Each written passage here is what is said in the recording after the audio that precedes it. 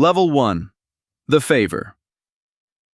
You are 13 when somebody pays you $20 for 40 seconds. That is the first number that changes you. You are outside your apartment building with a grocery bag cutting into your fingers. A man from the block calls your name. You know him. Everybody does. Nobody introduces him. He holds out a small brown bag. "Third floor, knock twice. Give it to the woman. Come back." That is it. You take it. 3 flights of stairs, a dark hallway, 1 door, 2 knocks. The door opens 4 inches, chain still on. A woman looks at you, then the bag. The chain comes off, she takes it, and puts a folded 20 into your hand. You look at the money, then at her. She closes the door. 40 seconds, $20.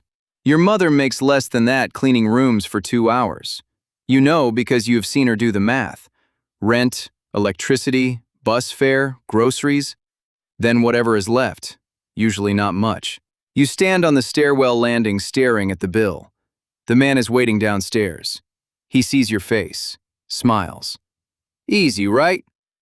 You nod. That is the first mistake. Not taking the bag. Comparing the numbers. The next week he gives you an envelope. "Hold this." For how long? 1 hour. You wait on the playground wall. The envelope sits inside your hoodie. Nothing happens. Cars pass, kids play basketball. A dog barks from a balcony. An hour later the man comes back. You hand him the envelope, still sealed. He gives you $35. He does not ask whether you opened it. He already knows. You did not. That matters. The next night you come home with milk, eggs, bread, chicken. Your mother looks at the groceries, then at you. "Where did you get money?" You already have an answer. "I helped somebody carry boxes." It comes out fast, too fast. She looks at you, long enough to make your stomach tighten. Then she nods. You go to your room and discover something worse than getting caught lying, getting away with it. By August, the building looks different. You notice which cars stay running, which doors open after midnight, which older boys disappear for 10 minutes and come back with nothing in their hands, which men never seem to have jobs but always have cash. You used to live on the block. Now you are studying it. Then somebody gives you a regular spot outside the corner store. Sit there. Watch. If something feels wrong, go inside. If nothing happens, do nothing. 4 hours, $50. You sit on a milk crate drinking soda. People walk past you all afternoon. Nobody looks twice. That is why they chose you. You think you got hired. You did not. They rented the fact that nobody notices you. And now you are useful. Level 2. The corner. At 14, you learn the corner has a schedule that surprises you. From across the street, it looks random. It is not. People arrive, people leave, someone replaces them, someone counts, someone watches, someone makes a call. You are still near the bottom, which means your job is simple. Go there, wait, come back. Take this to him, bring that to her. Do not improvise. Do not ask questions. And never look like you are doing anything important. You get good at it, fast. Your eyes move before your head does. A strange car turns onto the block. You notice. A familiar car has a different driver. You notice. Somebody who always parks on the left suddenly parks on the right. You notice. Your body learns the block like a song. Then you meet Leon. Leon is 49, at least that is what he says. He has been outside longer than you have been alive. Everybody knows him. Everybody jokes with him. He knows every story, every family, every shortcut. He rents a room above the carryout, pays by the week, owns almost nothing. One afternoon, you watch him borrow $5. That bothers you. Because Leon knows more about the street than almost anybody. So why does he need $5? You do not understand the answer yet. Across from your corner is a grocery store. Old refrigerators, dusty windows, a bell above the door. The owner is Mr. Vega. He watches the block all day, never interferes, never pretends he does not see it. One afternoon, you go in for orange soda. He is stacking cases near the cooler. You want work? You look behind you. He means you. Stocking drinks after school. How much?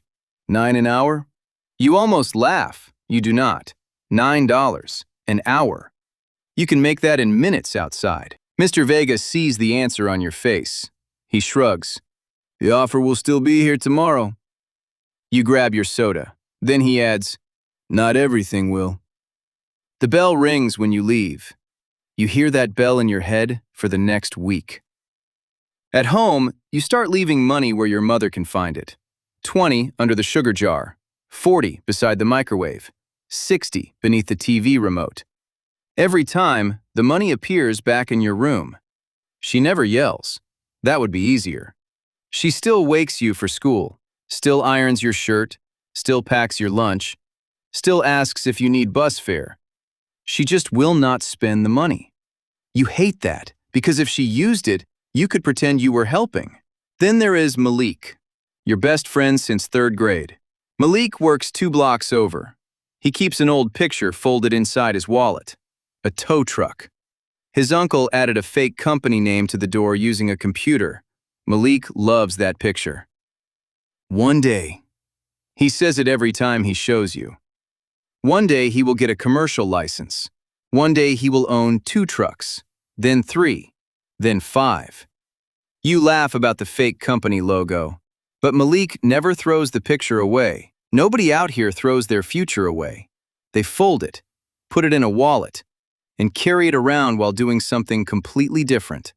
Then, at 15, somebody uses a new word. Advance. You like how it sounds. Not errand, not lookout. Advance. It sounds like business. It sounds like trust. It sounds like you are moving up. You do not know yet that moving up also means there is farther to fall. Level 3. The advance. The first time somebody fronts you real value, you feel older immediately. You are 15. The number is 1100. You owe 700 back by Sunday. The rest? Yours. You do the math before the sentence is finished. 700 back, 400 possible, maybe more next time. For the first time, nobody is paying you by the hour. You think that means freedom. Sunday changes that, because Sunday does not care whether the week was good. Sunday does not care if customers disappeared. Sunday does not care if you lost money. Sunday does not care if somebody else made a mistake. 700. Still do. The first week goes well. You clear more than 300. The second week goes better. You buy new sneakers. Your old ones are still fine. That is not the point. The point is walking into a store and not checking the price first. You replace your cracked phone, pay the internet bill at home. Your mother notices, says nothing. Fast money feels like relief before it feels like anything else. That is why it works. Then Tiny comes up short. Everybody calls him Tiny. He is bigger than all of you. He owes 200. You expect shouting. There is none. Nobody hits him. Nobody threatens him. They just add it to next week. That looks merciful. Until next week comes. Now he owes the normal amount, plus 200. He starts taking chances, staying later, trusting people he should not, making decisions faster. By the third week, Tiny is not trying to earn. He is trying to escape a number. That is the first time you see debt turn a person into something else. So you become careful, painfully careful. You count twice, then again. You pay early. You keep track of everything. You learn the most valuable reputation on the block is not being tough. It is being reliable. By 16, you are making 600 some weeks, 700 on good ones. Mr. Vega's $9 an hour now sounds like a joke from another planet. That is exactly why you stop thinking about it. You buy a used Nissan, 140,000 miles. The car is in your aunt's name, insurance in your cousin's, phone in somebody else's. You have more money than ever, but almost nothing with your name attached to it. You do not care. Not yet. Then your mother finds cash in the pocket of your winter coat, a thick roll. She puts it on the kitchen table, waits for you. When you walk in, she asks one question. Who does this belong to? Me?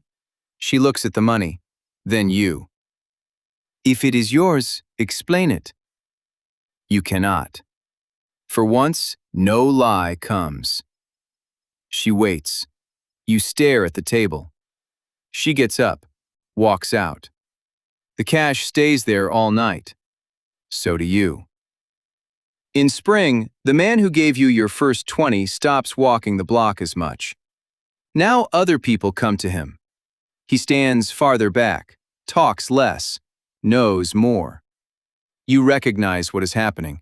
He is moving up. You think that means his old place is opening. It is, but it is not a chair. It is weight, and he puts it on you. Level 4. The Ledger. At 18, your nights end with a locked door, blinds closed, phone on the table, cash beside it. Count once, count twice. Start over if the number feels wrong. You have 2 younger boys working around you now. One shared phone, calls all day. Every ring can mean money or trouble. Usually you do not know which until you answer. A good week moves thousands. Your part might be 1,700, maybe 2,000. You feel rich, until you try to do anything rich people actually do. Open a serious bank account? Problem. Rent a better apartment? Prove your income. Finance a car? Prove your income. Build credit? Prove your income. You have cash, but on paper you barely exist. So you hide it. Shoebox, vent, old cereal box, loose tile near the water heater. At first, the hiding places feel clever. Then you realize needing hiding places is the problem. You start spending. Shoes, dinner, jackets, drinks, phones. Things you do not need. Cash feels safer after it becomes something else. Then one of the younger boys gets arrested. The call comes late. Bail is $12,000. Attorney wants 6 up front. $18,000. Gone in one afternoon. That is when you understand something nobody mentioned when you were 13. The money does not just pay you. You pay for the system too. Your mother stops asking questions. Completely. At first you think you won. Then dinner gets quieter. She prays longer. You come home later. Some nights she is asleep before you arrive. Other nights you can tell she is pretending to be. You miss the questions. Questions meant she was still pulling. Silence means she got tired. You move into the bedroom with the back window. Better exit. Soon you notice exits everywhere. Restaurants, doctor's offices, movie theaters. You enter a room and know how to leave it before you know where to sit. You call that being smart. Years later, you will use a different word. One night you count the cash, then stop. You start counting people. The guys who were around when you started.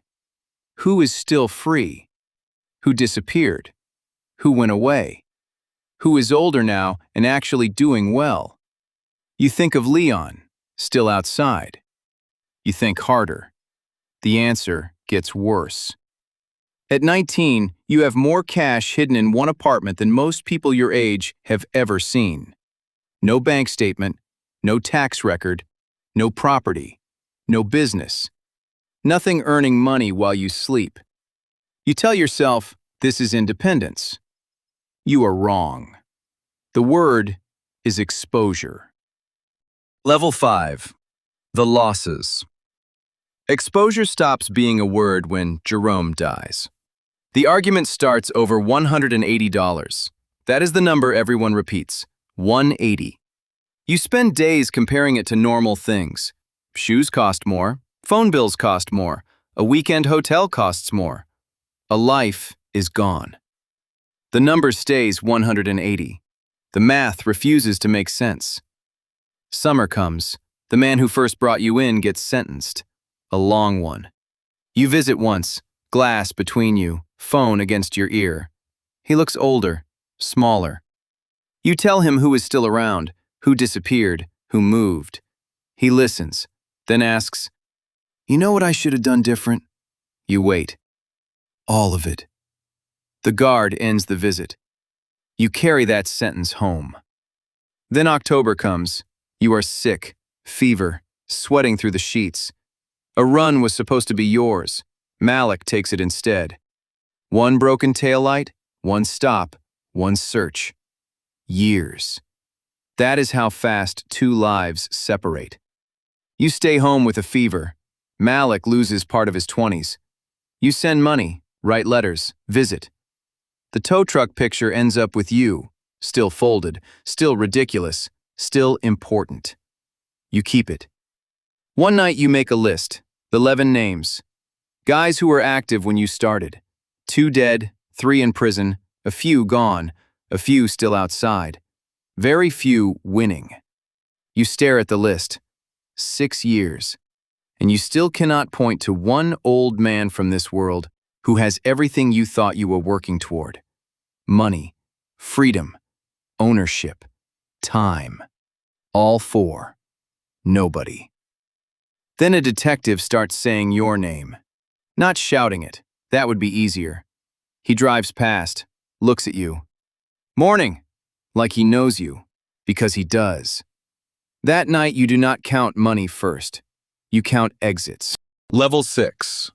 The exit. You decide to leave at 22. Deciding is easy. Leaving is not. There is no resignation letter, no final shift, no manager to thank. You have to settle. The man above you now works out of the back of a mechanic shop. Tires outside, calendar on the wall, cheap desk. Nothing dramatic. That makes it worse. You bring what you owe, the phone, everything connected to it, and your reason. Too much attention. The detective knows your name. Malik is gone. Too many faces are missing. Your mother is getting older. You are getting older too, just not in the direction you planned. The man listens, then asks, "Do you know why you might get to leave?" You say nothing. Because you asked before something asked for you. He takes the phone, drops it into a drawer. Click. That tiny sound feels like a door closing. 9 days later, your apartment door gets kicked in. You are not home. A hiding place is found. 18,000 disappears. You know who did it. Eventually. You do nothing. That is new. The old version of you would have seen 18,000 as a command. Go get it. The new version sees the full price. Conflict, attention, police, more years. You let the money go. That hurts. But not as much as you expected. You still have about 46,000 in cash. 46,000 sounds like a lot, until you try to use it. Better apartment? Where did the money come from? Business? Where did the money come from? Loan? Where did the money come from? Bank? Where did the money come from? That question follows you everywhere.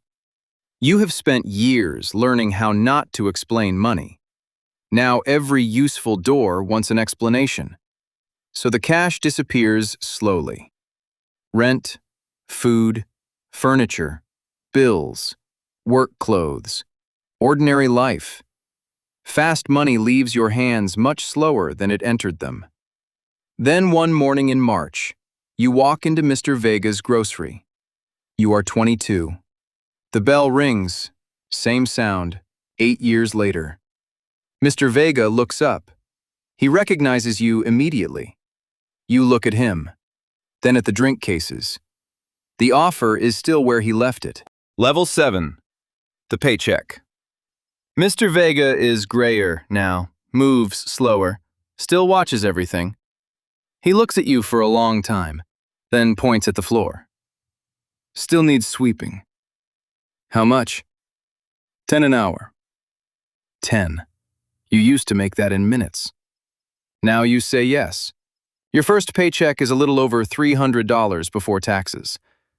You stare at the pay stub longer than you ever stared at a stack of cash. Your name is on it, correctly spelled. Hours, taxes, total, everything accounted for. For the first time, your money can explain itself. You open a checking account. At 22, the teller barely looks up. To her, this is Tuesday. To you, it feels like citizenship. Then a secured credit card. Tiny limit. You use it for gas, pay it early, never miss. The logic feels familiar. Do you pay?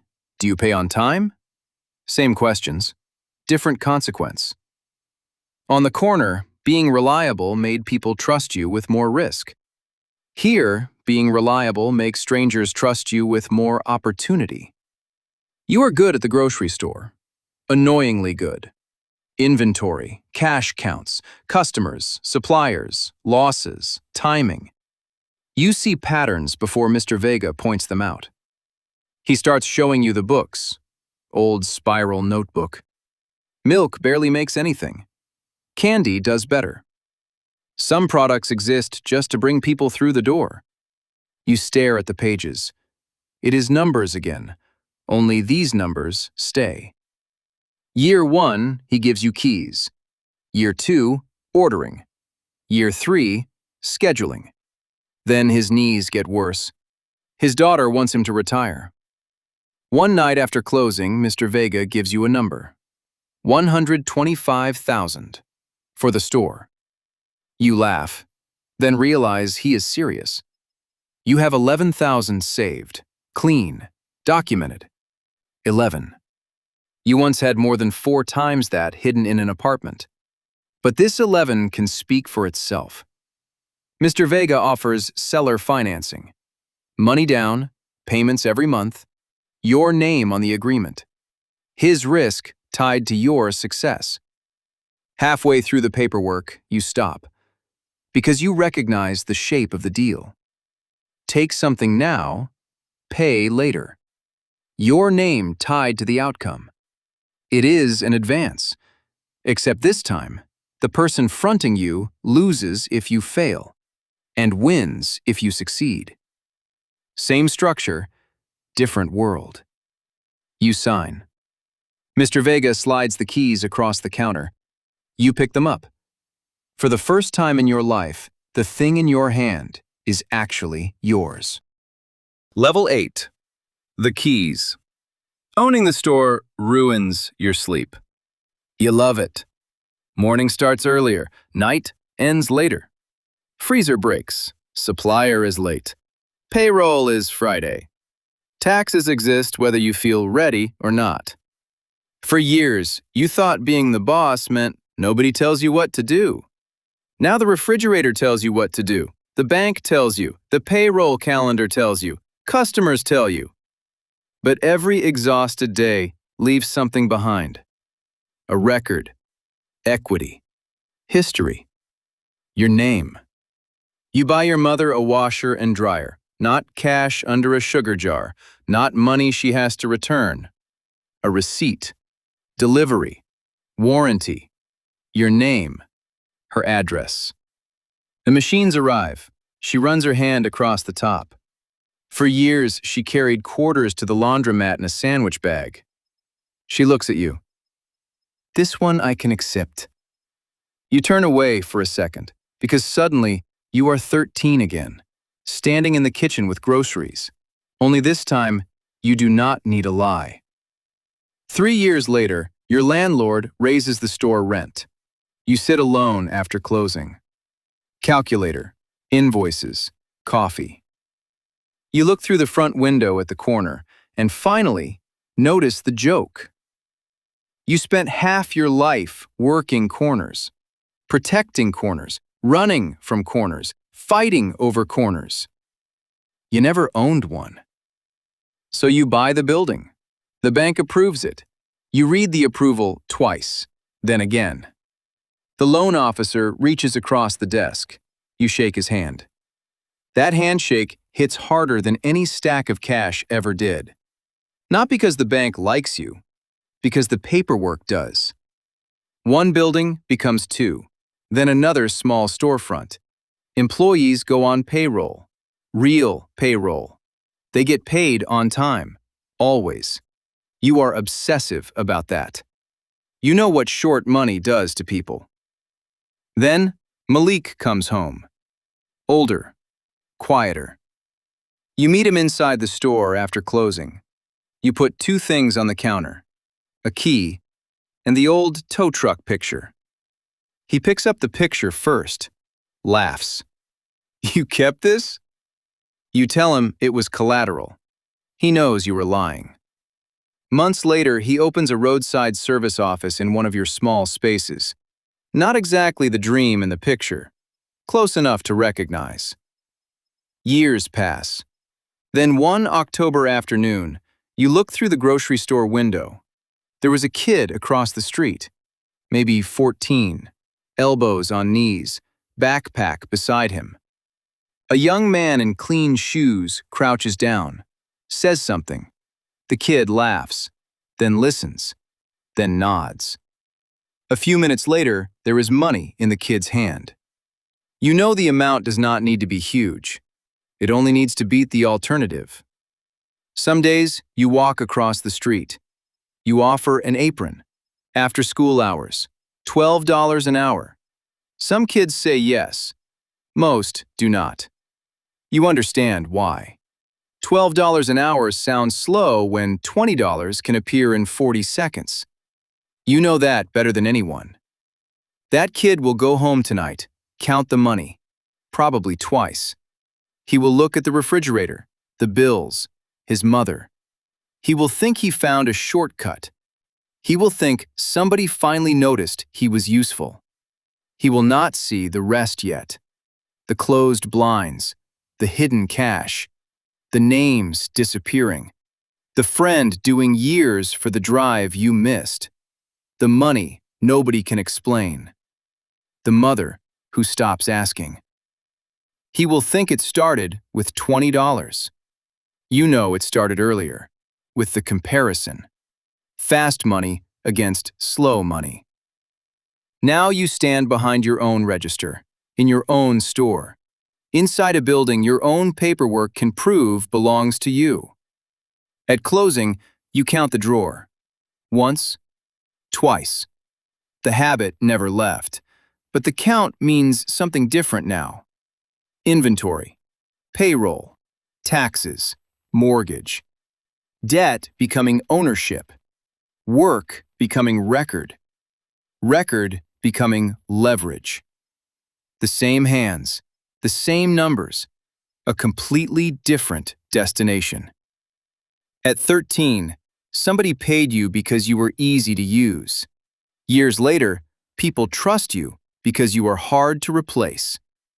That is the difference. One world paid you fast, the other let you keep what you built. And that was the level you never knew existed.